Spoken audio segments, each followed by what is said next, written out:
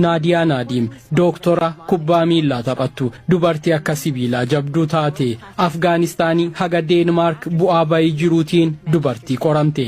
Naadiyaan intala dureessaati. Abbaan ishee miseensa waraanaa Afgaanistaan turan hidhattoota Taalibaaniin ennaa jalaa ajjeefamanu umrii ishee 11tti. Kichuun kun harmee ishee fi obbolaa ishee 4 waliin biyya abbaa isheetii baqattee Deenmaark deemte. Kaampiidhuma baqattootaa keessatti leenjii kubbaa miilaa fudhatte. Kilaba Denmark Alborg waggaa 12 ofitti ishee fudhatee eegalte hanga Manchester City fi Paris Saint-Germainitti taphatteetti. Taphattuun sarara fuulduraa kun goolii 200 kilaboota garagaraa taphatteef galchiteetti. Afaan 11 dubbatti. Garee biyyaalessa Denmarkiif taphoota 108 hiriirte. Galchii 38 kiyyootti nama dirteedha. Utuma taphattu ammoo barnoota meedikaalaa xumurteetti. Dooktoradha. Kutannoo fi kaayyoon yoo wal simu akkuma Naadiyaa Naadiimiif jilbeenfatanitti milkaa'inni isiniif jilbeenfata.